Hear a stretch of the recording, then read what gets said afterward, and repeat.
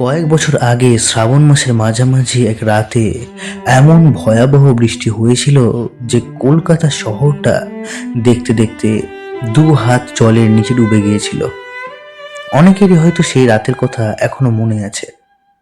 কলকাতার জলনিকাশ ব্যবস্থার যা হাল, তাতে 8 ঘন্টা বৃষ্টি হলেই কোনো কোনো এলাকায় হাঁটু জল জমে যাওয়াটা নতুন কিছু নয়। কিন্তু সেবারের দুর্যোগ এতটাই মারাত্মক ছিল যে গত 40 বছরেও তেমনটা দেখা যায়নি। ইলেকট্রিক তার ছিঁড়ে রাস্তার গ্যাস বাতিগুলো নিভে যাওয়া সারা রাত মহানগরী একেবারে অন্ধকারে ডুবে গিয়েছিল। লোকে বলে সেই এক রাতে একটা মোমবাতির দাম 5 পয়সা থেকে বেড়ে 2 টাকা পর্যন্ত উঠেছিল। আমি বাদুর বাগানে থাকি। সেদিন সন্ধ্যায় একটা জরুরি কাজে শহরের উল্টো দিকে হাওড়ার দিকে গিয়েছিলাম। কাজ শেষ করতে করতে 7টা বেজে গেল। ফেরার পথে চা খাওয়ার জন্য দরমাহাটার কাছে একটা ছোট দোকানে তুকলাম। বাইরে তখন গুঁড়ি গুঁড়ি বৃষ্টি শুরু হয়েছে। রাস্তার গ্যাসের আলো বৃষ্টির ফোঁটা ভেদ করে ঝাপসা দেখাচ্ছে। তবে আমার খুব একটা দুশ্চিন্তা ছিল না, কারণ হাতে ছাতা ছিল। বেশ আয়েশ করে বসে চা খেতে লাগলাম। দোকানে ভিড় খুব একটা নেই। 2জন লোক, একজন মাঝবয়সী আর অন্যজন লম্বা জুলফিওয়ালা এক যুবক, তেল চিটে টেবিলের ওপর কোনোই রেখে দানিবাবু আর শিশির কুমার ভাদুরীর অভিনয় নিয়ে তপ্ত আলোচনা করছে।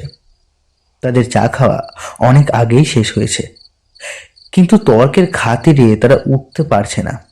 যুবকটি বলল, জানেন মশাই, শিশির ভাদুরী যখন বুড়ো আলমগীরের পাঠ করেন তখন একবারও তার দাঁত দেখা যায় না। মাঝবয়সী লোকটি মুখ ভেঙচিয়ে বললেন, বারে বাহাদুরি, দাঁত নেই তো বেরোবে কোত্থেকে? আর দাঁত না বেরোলেই বুঝি বড় অভিনেতা হয়ে যাওয়া যায়?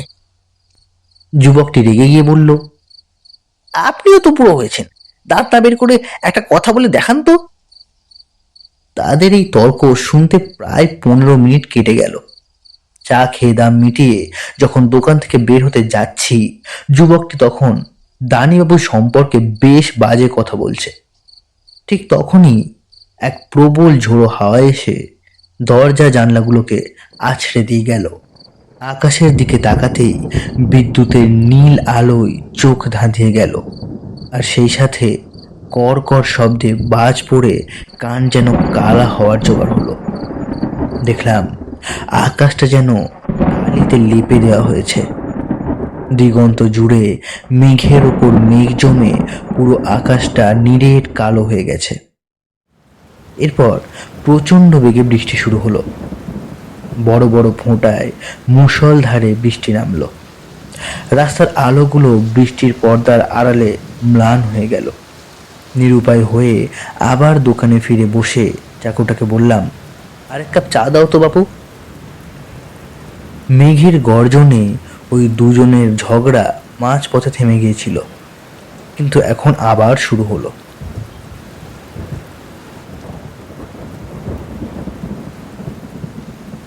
দানি ঘোষ চাইলে ওরকম 5টা শিশির ভাদুরীকে চিবিয়ে খেয়ে ফেলতে পারে।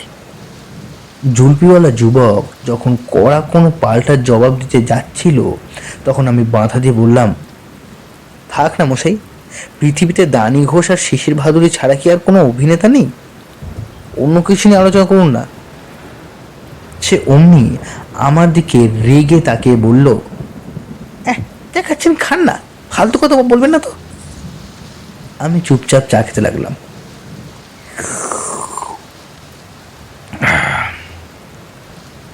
রাত 8টা বাজলো। বৃষ্টির বিরাম নেই, সমানে চলছে। সাথে ঠান্ডা এলোপাতালি হাওয়া, আর রাস্তার লোক চলাচল কমে এলো। 9টা বেজে গেল। বাইরে বৃষ্টি আর ভেতরে সেই একই তর্ক চলছে। এই 2জন মানুষের কি অদ্ভুত একনিষ্ঠতা! কখনো তারা দানি ঘোষ আর শিশির ভাদুরীকে নিয়ে কামড়াকামড়ি করছে, যেন পৃথিবীতে আর কোনো বিষয় নেই। রাত 9:30। আর ধৈর্য রাখতে না পেরে উঠে দাঁড়ালাম। যেভাবেই হোক বাড়ি ফিরতেই হবে, কিন্তু যাব কি করে? ছাতায় এই বৃষ্টি আটকাবে না। 5 মিনিটে ভিজে একসার হয়ে যাব। তার উপর নিউমোনিয়া হলে বাঁচাবে কে? এই সময় বৃষ্টির বেগ আরও বাড়ল, সাথে হাওয়ার দাপট। একবার বাইরে উঁকি মেরে আবার ভেতরে এসে বসলাম। দোকানের চাকরটা নেভানো উনুনের পাশে গুটিসুটি মেরে দেওয়ালে ঠেস দিয়ে বসে আছে। মাথার উপর ধোঁয়ার মলিন ইলেকট্রিক আলোটা ফ্যাকাশে হয়ে জ্বলছে। বাইরের চারপাশের দোকানপাট সব বন্ধ। রাস্তায় মোটরের হর্ন বা ট্রামের শব্দ আর শোনা যাচ্ছে না। যুবক আবার শুরু করলো, শিশির ভাদুরী। ঠিক সেই মুহূর্তে হঠাৎ আলো নিভে গেল। কিছুক্ষণ সব চুপচাপ। দোকানের চাকর ভাঙা গলায় বলল, তার ছিঁড়ে গেছে, আজ রাতে আর ঠিক হবে না। বাবু, একটা দেশলাই দেবেন, ল্যাম্পটা জ্বালি। অন্ধকারে হাতড়ে দেশলাই দিলাম। ল্যাম্প জ্বলল। মিটমিটে আলো আর উৎকট গন্ধের ধোঁয়ায় ঘর ভরে উঠল। মাঝবয়সী ভদ্রলোক এতক্ষণে প্রথম অন্য কথা বললেন। তিনি ডাক দিলেন, নীলমণি, কেটলিটা আরেকবার চড়াও, আর এক কাপ চা হোক। জুলপিওয়ালা যুবক আমার দিকে একবার তীব্রভাবে তাকিয়ে বেশ গর্বের সাথে জিজ্ঞাসা করলো, সিগারেট আছে? আমি পকেট থেকে সিগারেটের কেসটা বের করে দিলাম। সে কয়েকটা সিগারেট বের করে নিয়ে বেশ তাচ্ছিল্যের সাথে কেসটা আমার দিকে ছুঁড়ে দিল। তারপর এমনভাবে আমার দিকে পিঠ ঘুরিয়ে বসলো যেন পৃথিবীতে আমার আর কোনো দরকার নেই। মাঝবয়সী লোকটি বাইরের দিকে একবার উদাস চোখে তাকিয়ে বলল, এই বৃষ্টিতে আর বেরোনা অসম্ভব। দেখছি রাস্তার গ্যাস বাতিগুলো নিভে গেছে। যা বাবা। বলেই তিনি আবার নিশ্চিন্ত মনে সেই চিরস্থায়ী তর্কে ফিরে গেলেন। আমিও বাইরের দিকে উঁকি মারলাম। সত্যিই তো, রাস্তার একটাও গ্যাসপাতি জ্বলছে না। চারদিকে ঘুট ঘুটে অন্ধকার। কোথাও একটা মানুষ নেই, কেবল অবিরাম বৃষ্টির ঝমঝম শব্দ। আর এক কাপ চা খেলাম। মাঝবয়সী লোকটি বললেন, আজ রাতে আর বাড়ি ফেরা হলো না দেখছি। নীলমণি, বৃষ্টি থামলে আমাকে ডেকে দিও। এই বলে তিনি বেঞ্চের উপর লম্বা হয়ে শুয়ে পড়লেন। যুবকটি অন্য কোনো দিকে না তাকিয়ে আমারই সিগারেট টানতে লাগলো। কিন্তু আমার তো বেঞ্চে শুয়ে রাত কাটালে চলবে না, বাড়ি ফিরতেই হবে। বাড়িতে স্ত্রী, দুটো ছেলে মেয়েকে নিয়ে একা আছেন। ঝিও হয়তো চলে গেছে, কিন্তু বৃষ্টি না কমলে যাই বা কি করে? ঘড়ির দিকে তাকিয়ে দেখি রাত 11টা। মাঝবয়সী লোকটির নাক ডাকতে শুরু করেছে ইতিমধ্যে। যুবকটি স্থির হয়ে অপেক্ষা করছে।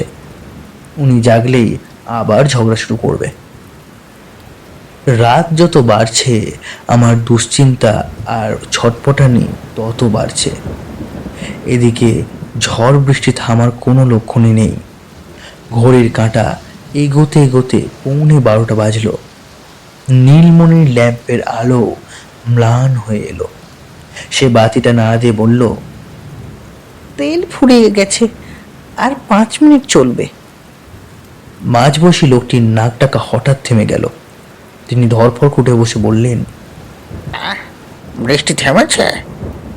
নীলমণি বলল, না বাবু, আলো নিভে যাচ্ছে।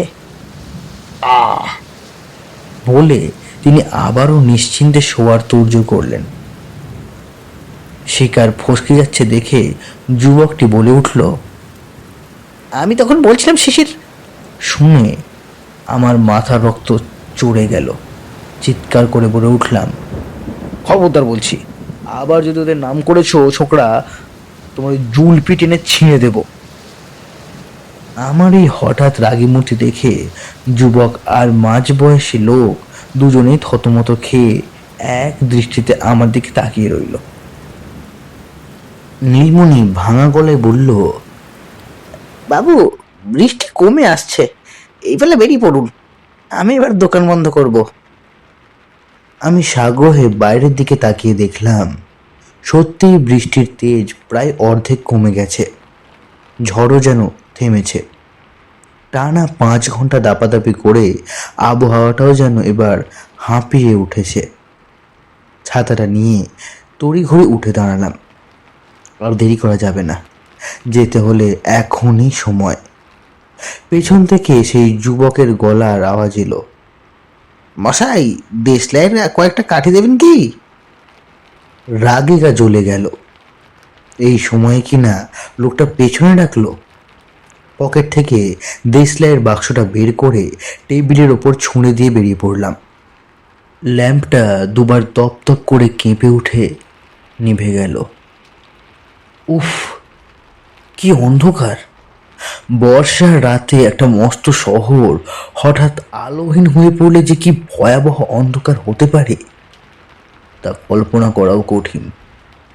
চোখ শক্ত করে বেঁধে দিলেও বোধ হয় এর চেয়ে বেশি অন্ধকার হতো না।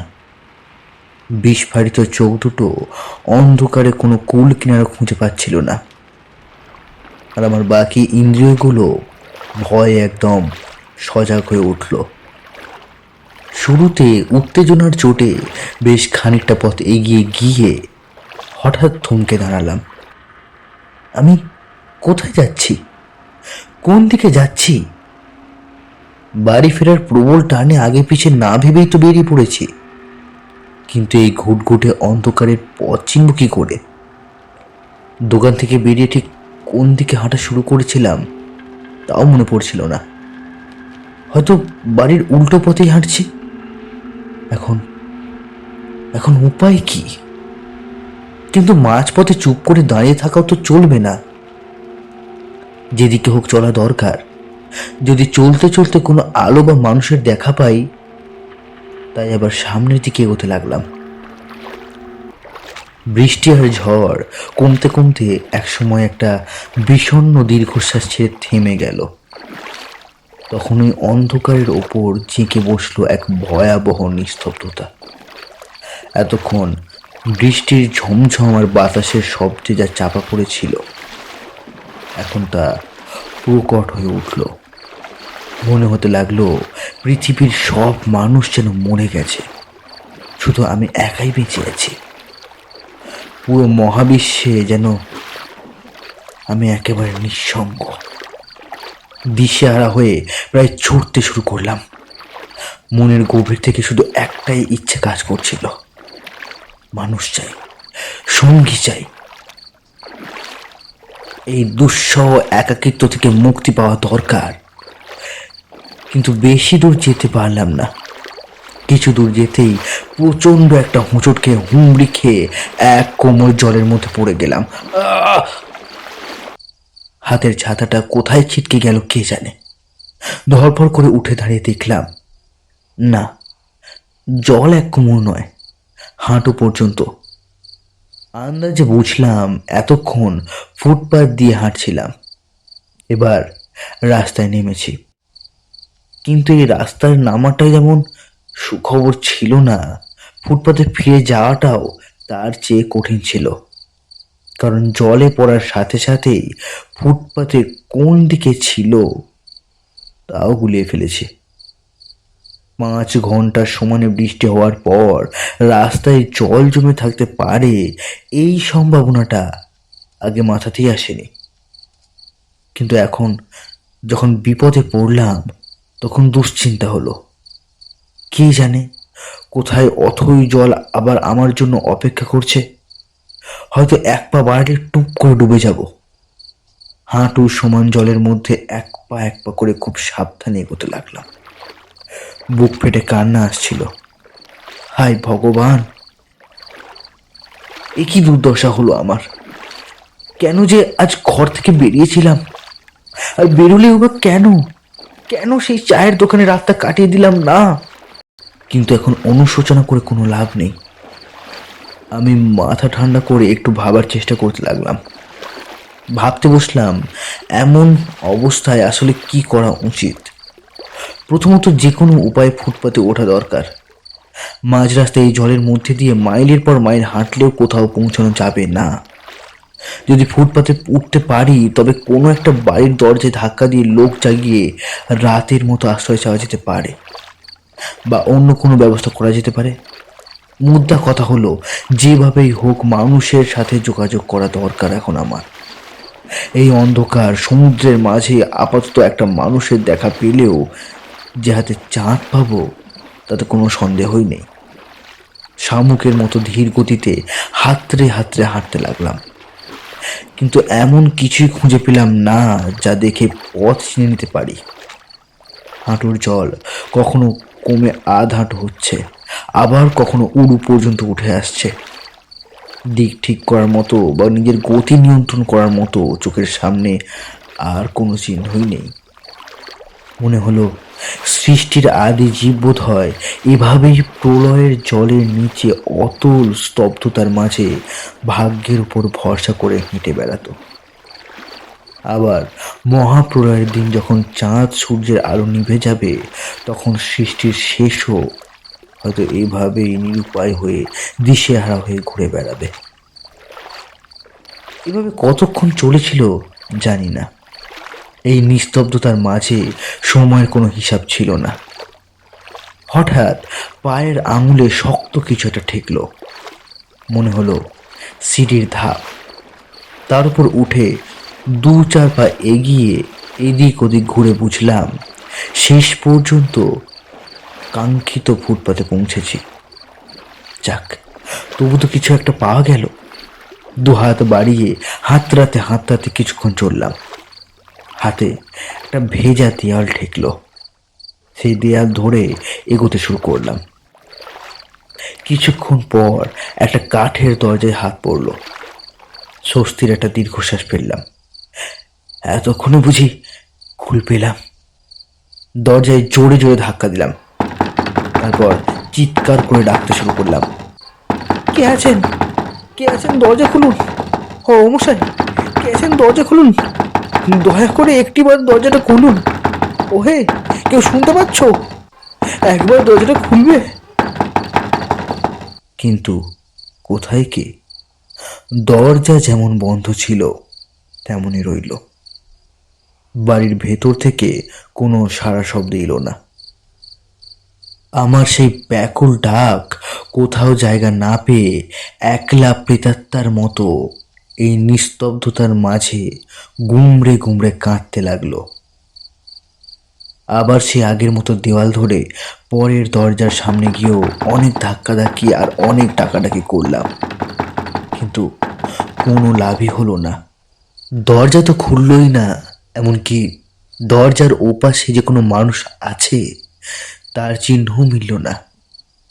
এভাবে আরো 2-3টি দরজায় চেষ্টা করলাম, কিন্তু ফল সে একই। শরীর এবার অবসন্ন হয়ে এলো, মনও দিশেহারা আর উদাসীন হয়ে পড়ল। ভাবলাম, যদি কলকাতার সব মানুষ মরেই গিয়ে থাকে তবে আমার এবার বেঁচে থেকে লাভই বা কি? এখন কোথাও একটু শোয়ার জায়গা পেলে আর কিছু চাই না। জলে হাঁটতে হাঁটতে পা দুটো যেন ভেঙে আসছে। যদি মরতেই হয় তবে শুকনো কোনো জায়গায় পা ছড়িয়ে শুয়ে মরতে পারলেও শান্তি। কিন্তু এই প্রলয় ডোবা কলকাতা শহরে পা ছড়িয়ে শোবার মতো শুকনো জায়গা কোথায়? ফুটপাতেও তো প্রায় 1 ফুট জল। তবুও এভাবে হাল ছেড়ে দিলে চলবে না। মন যতই ভেঙে পড়তে চাইলো আমি ততই তাকে জোর করে চাঙ্গা করার চেষ্টা করলাম। একটা কিছু সুরাহ হবেই। এমন কি হতে পারে না যে কোনো বাড়ির লোকই সাড়া দেবে না? হয়তো এখনই একটা দেরি করে আসা ভাড়াটে গাড়ি বা আলো হাতে কোনো প্রতীকের দেখা পেয়ে যাব। হঠাৎ মনের ভেতর একটা দারুণ সন্দেহ জাগলো। কোনো অভাবনীয় উপায়ে আমি কি অন্ধ হয়ে গেছি? তা না হলে এটা কি সম্ভব যে এতক্ষণ ধরে চোখে কিছুই দেখতে পাচ্ছি না? এত অন্ধকার কি সত্যি হতে পারে? হয়তো সেই যখন জলে পড়ে গিয়েছিলাম তখনই। আমি 2 চোখ জোরে জোরে কচলাতে শুরু করলাম, কিন্তু চোখের সামনে সেই ঘন অন্ধকার দূর হলো না। হঠাৎ মনে হলো একটা দেশলাই জ্বালিয়ে দেখি না কেন। দুই পকেট তন্ন তন্ন করে খুঁজলাম, কিন্তু দেশলাই নেই।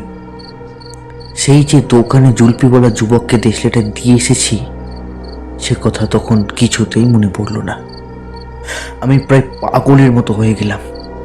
আমি কি সত্যি অন্ধ হয়ে গেছি? এই সন্দেহটা এখনই দূর করা দরকার। এক মুহূর্ত আর সহ্য হচ্ছে না। আর একটা দরজার সামনে গিয়ে দু হাত তক্তায় চাপড়াতে রাখলাম। ও মশাই, ও মশাই, কে আছেন? একবার দৌড় খুলুন না মশাই, ও মশাই। পেছন থেকে শান্ত গলায় কে যেন বলে উঠল, মেছে মেছে চিৎকার করছেন, এখানে কেউ নেই যে উত্তর দেবে। এগুলো সব দোকান। আমি যেন আঁতকে উঠলাম। কে কে আপনি? ভয় নেই, আমার সঙ্গে আসুন, আমার হাত ধরুন। আমি হাত বাড়িয়ে দিলাম। একটা হাত বরফের চেয়েও ঠান্ডা আমার আঙুলগুলোকে চেপে ধরল। পা থেকে চুলের ডগা পর্যন্ত আমি যেন এক অসহ্য শীতে কেঁপে উঠলাম। আতঙ্কে আমার দাঁতে দাঁত লেগে ঠক ঠক শব্দ করতে লাগলো। আমি হিতাহিত জ্ঞান হারিয়ে জিজ্ঞাসা করলাম, আমি কি অন্ধ হয়ে গেছি? অন্ধকারে একটা ছোট্ট হাসির শব্দ শোনা গেল। না না, খুব বেশি অন্ধকার তো, তাই কিছু দেখতে পাচ্ছেন না। ভয় পাবেন না, আমি আপনাকে বাড়ি পৌঁছে দিচ্ছি। আমি বললাম, আমার বাড়ি বাদুর বাগানে। আচ্ছা।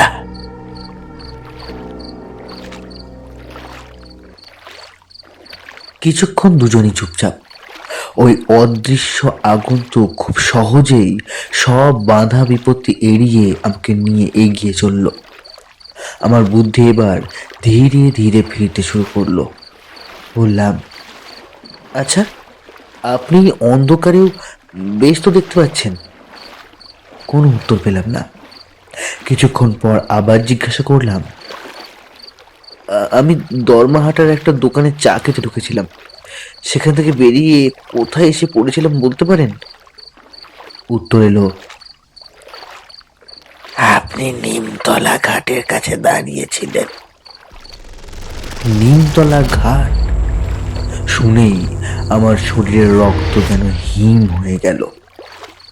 আরো কিছুক্ষণ দুজনেই নীরব। হঠাৎ জিজ্ঞেস করলাম, এই, আপনি কে? আপনার নাম কি? আমার নাম শুনে আপনার লাভ নেই, এদিক থেকে ঘুরে আসুন। ওখানে একটা ম্যানহোল খোলা আছে, জলের শব্দ শুনতে পাচ্ছেন না? ওঠার মধ্যে পড়ে গেলে আর। আমি ভয়ে সরে এলাম। অল্পক্ষণ পর আমার সেই পথ প্রদর্শক বলল, অনেকটা ঘুরে যেতে হবে, শহরের মাঝখানে ঠঠনের কালীবাড়ি দিয়ে প্রায় 1.5 মানুষ জল জমেছে। আপনি সেদিক দিয়ে যেতে পারবেন না। আমি নিঃশব্দে হাঁটতে লাগলাম। মিনিট পাঁচেক পরে বললাম, আচ্ছা, কলকাতার শহরটা যেন শ্মশান হয়ে গেছে মনে হচ্ছে। কোথাও আলো নেই, শব্দ নেই, মানুষ নেই। ওই রকমই মনে হয়। শহরের প্রাণ হলো তার রাস্তাঘাট, যেখানে মানুষ না থাকলে শ্মশান আর শহরের মধ্যে কোনো তফাৎ থাকে না। আমি অনেকটা নিজের মনেই বললাম, মনে হচ্ছে যেন একটা ভূতের রাজ্য। আবার সেই হাসির শব্দ।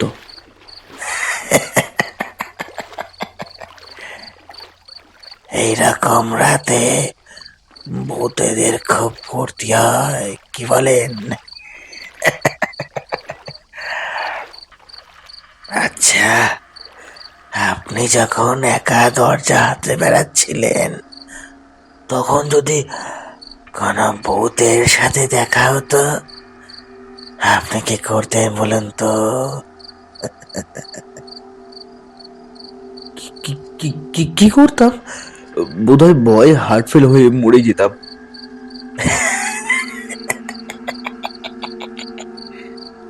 ভাগ্যিস আমার সঙ্গে দেখা হয়েছিল। আচ্ছা, ভূতকে এত ভয়ের কি আছে বলুন তো? একটা লোক মারা গেছে, এছাড়া তো আর কিছু নয়। আমি বললাম, বলেন কি মশাই? ভূত হলো গিয়ে প্রেতাত্মা। তার চাল চলন, স্বভাব চরিত্র কিছুই তো জানি না, তাতে ভয় করবে না? তা ঠিক। আচ্ছা, মনে করুন না। না, থাক। আমার বুকের ভেতরটা হঠাৎ কেমন গুড় গুড় করে উঠল। আমি কার হাত ধরে হাঁটছি? তবু মনের মধ্যে সাহস জুগিয়ে বললাম, আপনার নাম তো বললেন না, কোথায় থাকেন সেটাও কি বলবেন না? কোথায় থাকি? যেখানে আপনার সঙ্গে দেখা হলো তার কাছাকাছিই থাকি। আজ আমার যে উপকার করলেন জন্মেও ভুলবো না। আমাদের আবার দেখা হবে নিশ্চয়ই। দেখা বোধ হয় আর হবে না, তবে যদি কখনো আবার এমন বিপদে পড়েন, হয়তো। আচ্ছা, আপনি কি করেন? কোনো কাজ তো নিশ্চয়ই করেন, সেটা বলতে কি বাধা আছে? আমি কিছু করি না, এমনই ঘুরে বেড়াই। আমি বেকার। খানিকক্ষণ আবার সব চুপচাপ। কিছুক্ষণ পর সে নিজে থেকেই বলে উঠল, আপনার স্ত্রী আর ছেলে মেয়েরা সব ভালো আছে, চিন্তা করবেন না। আমি চমকে উঠলাম। আ- আপনি আমার মনের কথা জানলেন কি করে? আবার সেই হাসির শব্দ।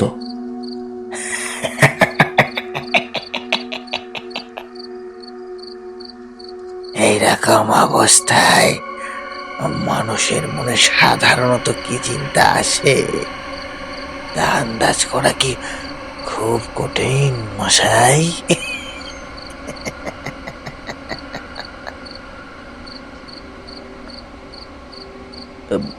না, তা ঠিক, কিন্তু কিন্তু আমার যে স্ত্রী আর ছেলে মেয়ে আছে সেটা আপনি জানলেন কি করে? ওটাও আন্দাজ। দীর্ঘ নীরবতা। এ কে? কোন জগতের মানুষে? আমি মরিয়া হয়ে শুরু করলাম, দেখুন। সে মাঝপথে থামিয়ে দিয়ে বলল, ওসব কথা জিজ্ঞাসা করবেন না। আমার সারা শরীর থর থর করে কাঁপতে লাগলো। হাত ছাড়ানোর চেষ্টা করে বললাম, আমায় ছেড়ে দিন, আমি। গলা দিয়ে আর আওয়াজ বের হলো না। সে বলল, ভয় পাবেন না।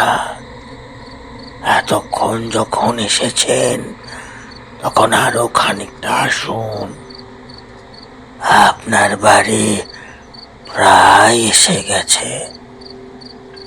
ভয়ে আমার পা জড়িয়ে আসছিল। গলা এমন ভাবে বুঝে গেল যে শত চেষ্টা করেও একটা কথা বের করতে পারলাম না। সেই বরফের মতো ঠান্ডা হাতটা আমাকে টেনে নিয়ে চলতে লাগলো। হঠাৎ শেষ রাতের ঠান্ডা বাতাস গায়ে লাগলো। সে থামলো এবং আমার হাত ছেড়ে দিল। এবার আপনি একলাই যেতে পারবেন। এখান থেকে গুনে গুনে 100 পা এগিয়ে যান। তারপর ডান দিকে ঘুরলেই সামনে আপনার বাড়ি দেখতে পাবেন। ভোর হয়ে আসছে, এবার আমাকে যেতে হবে। আমি প্রায় আধমরা মানুষের মতো চুপচাপ দাঁড়িয়ে রইলাম। আবারও সেই হাসির শব্দ শোনা গেল, কিন্তু এবার যেন হাসিটা বড় যন্ত্রণায় ভরা।